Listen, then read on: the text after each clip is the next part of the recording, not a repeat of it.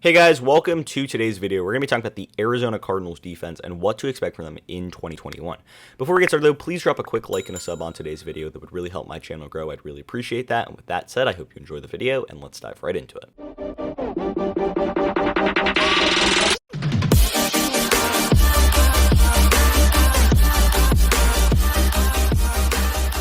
Let's talk about, their defensive leaders last year. One of them being Jordan Hicks, who led the team with tackles with just shy of 120 tackles, and Patrick Peterson, who's no longer with the team after having 3 interceptions last year. But where did they rank compared to the other teams in the NFL?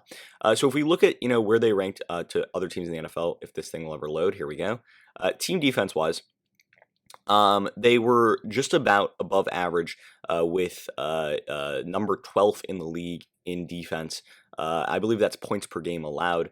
If we look at passing defense and rushing defense, we'll see some other things too. 10th in the league in pass defense, which is actually pretty solid. And then in run defense, this Cardinals team was not as good in that regard. They were near the bottom of the league, 22nd in the league in rush defense. So overall, solid defense last year for the Cardinals. And I think that they're going to be able to improve next year with some of the additions they made to this defense. So obviously, they added J.J. Watt, but they also added Zaven Collins. And the number one thing about this defense is its ability to get to the quarterback. Its ability to rush the passer. And we saw what Haason Reddick was able to do last year. Really helped lead this Cardinals team with a ton of sacks. He did get a lot of sacks against the New York Giants and against Andrew Thomas, but overall, his presence was really big, especially in a year where Chandler Jones was injured, where Chandler Jones wasn't able to play.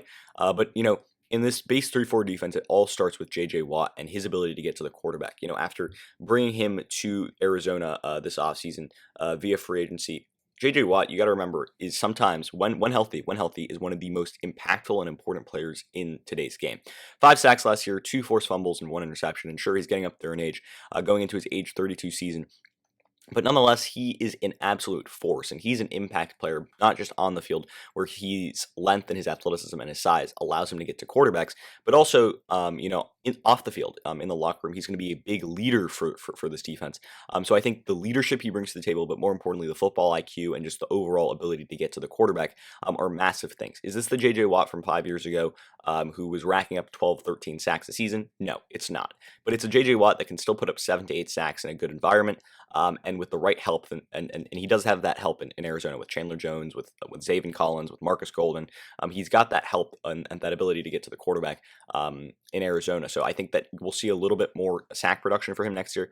But watch for J.J. Watt to have a nice bounce back year in the desert as he tries to lead this Cardinals team to some more defensive success. And I think that they can get even better defensively because of the addition of J.J. Watt. But also, we got to look at the other guys up front for them. And they've got Rashard Lawrence and they've got Zach Allen. Zach Allen's fine. He's not great. I don't love him too much. He's fine. Rashard Lawrence, much more of the nose tackle, run stopper guy for them.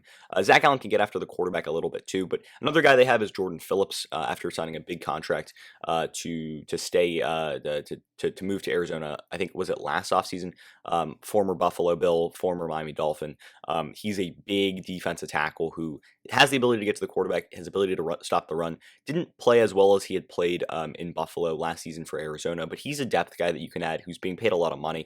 And I thought that, he's a capable starter at times, but overall, I still think that, this defensive line, it did get better definitely by adding J.J. Watt, but I still don't love the players like Rashard Lawrence, like Zach Allen, like Jordan Phillips. But nonetheless, I love the linebackers, and I think the linebackers are a real strong suit for this Cardinals team next season.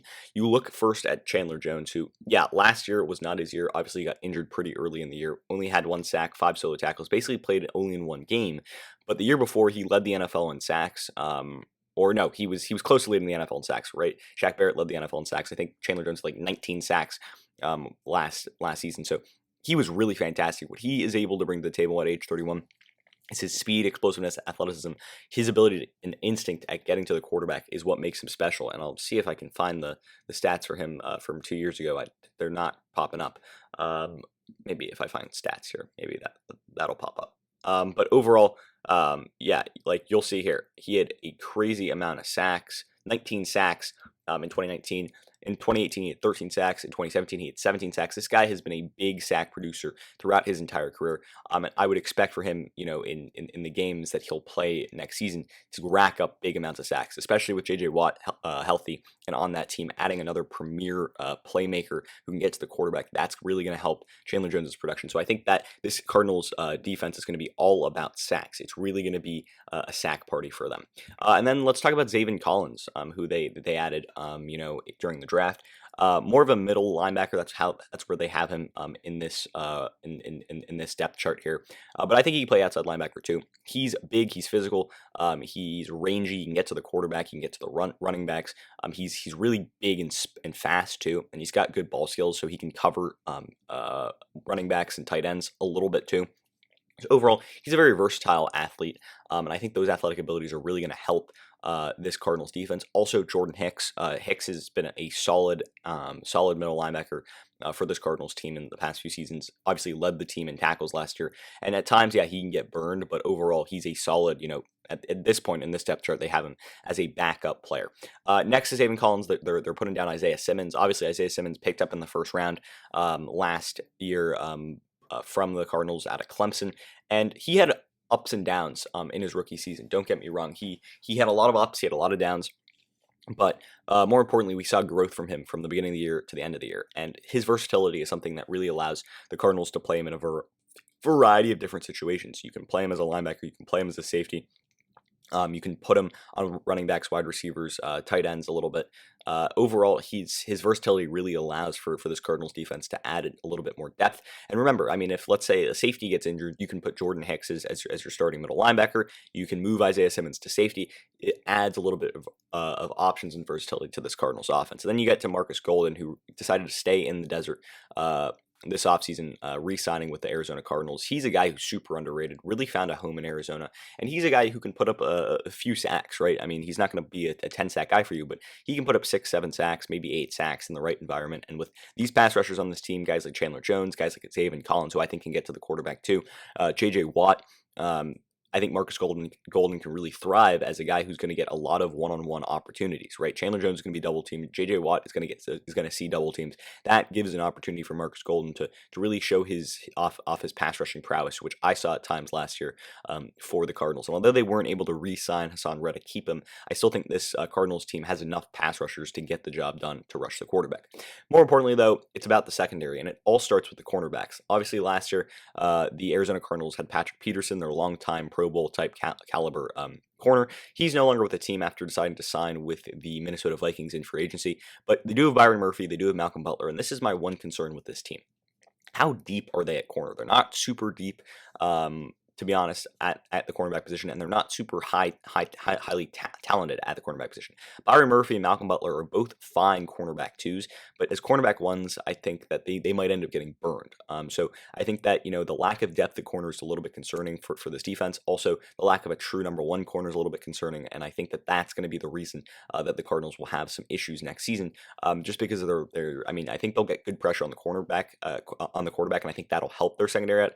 But when they're not able to get pressure, when they're not able to get sacks, I think these corners are really going to struggle, just because Malcolm Butler at this point in his career, he's slow, and although he did lead the Titans in interceptions last year, I think he had 4 interceptions. I just don't see him as a true number one corner anymore. I see him as a top 60 corner in the NFL, and I see Byron Murphy in that similar range. So overall, I think that these corners, they're fine, but they're not going to really help this Cardinals team really moving forward. Jalen Thompson at strong safety, I think that's another point of weakness maybe, but it doesn't really matter because they've got Budda Baker playing free safety next to him, and Budda Baker had an absolutely amazing season last year.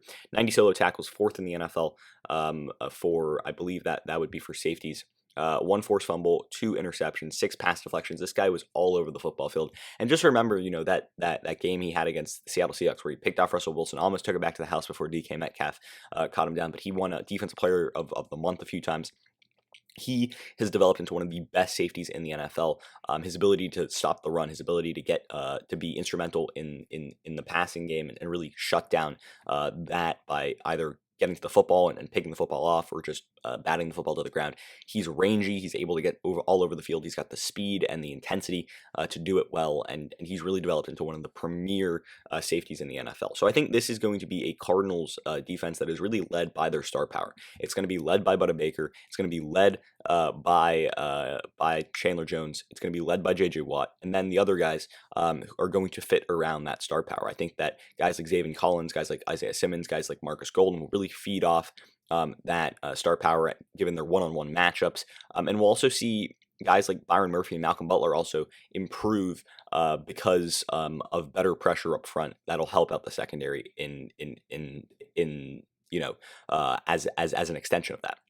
So overall, I think this Cardinals defense, it was about average, just above average last year. And I think next year, I think that they could be even better. I really do. The addition of J.J. Watt gives me a lot of hope for this defense, because they add a little bit more star power up front. They add some playmaking presence up front, a guy who can really get to the quarterback and who's been a professional pass rusher throughout his entire career. So with that said, I think that with Chandler Jones back, they're only going to improve. With J.J. Watt, they're only going to improve. And remember, this team didn't have Chandler Jones last year. So you add probably combined 20 plus sacks. You take away the 7 or so sacks that I think Reddick would have given you. This team is going to be able to sack the quarterback with a lot of efficiency and at a high success, and I think that'll really improve this Cardinals defense into a top 10 defense next year. So overall, look for J.J. Watt to lead this defense, look for Chandler Jones to lead this defense, look for Budda Baker to lead this defense on the back end, and then if we see big seasons from the younger guys like Zaven Collins and Isaiah Simmons, and a solid year from Markus Golden, this defense could really be on the rise in 2021. And with that said, that's pretty much going to end the video for today. Did you agree with my analysis? Why or why not? Leave your comments and thoughts in the comment section down below. I'd love to hear what you guys have to say. Also, if you're new around here, please drop a like and a sub on today's video. I'd really appreciate that. And with that said, I hope you enjoyed the video. And until next time, see ya.